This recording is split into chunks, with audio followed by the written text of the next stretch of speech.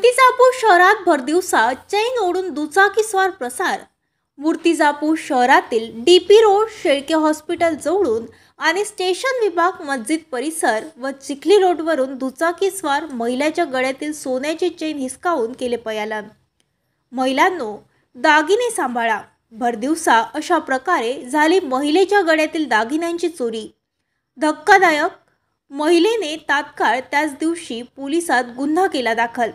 शहर पोलिसांनी तपास सुरू केला असून अकोला एलसीबी पथक मूर्तिजापुरात दाखल झाले आहे। आरोपींना पकडण्याचे प्रयत्न सुरू आहे।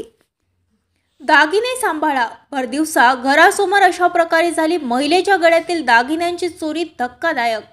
अनेक शहरांमध्ये चोरींच्या घटनेमध्ये दिवसेंदिवस वाढ होत आहे। चोरीच्या वाढत्या घटना रोखताना पोलिसांच्या नाकी नऊ येत आहेत, कारण चोरी करून चोर अशा काही ठिकाणी प्रसार होतात की त्यांना शोधणे अनेकदा कठीण होऊन बसते। त्यात हल्ली रस्त्यावरून चालतानाही चोर चालाखीने लोकांच्या गळ्यातील सोन्याचे दागिने, हातातील मोबाईल हिसकावून घेऊन पसार होत असल्याच्या घटना घडताना दिसतात। आता अशीच एक घटना समोर आली आहे, ज्यात बाईकवरून आलेले चोर भरदिवसा महिलेच्या गळ्यातील सोनसाखळी चोरून फरार होताना दिसत आहे।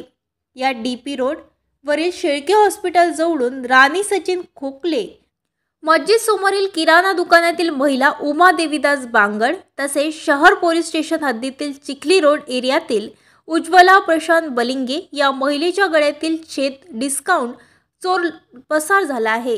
पल्सर गाडी असल्याचे जनसामान्यातून चर्चेला उधाण आले आहे।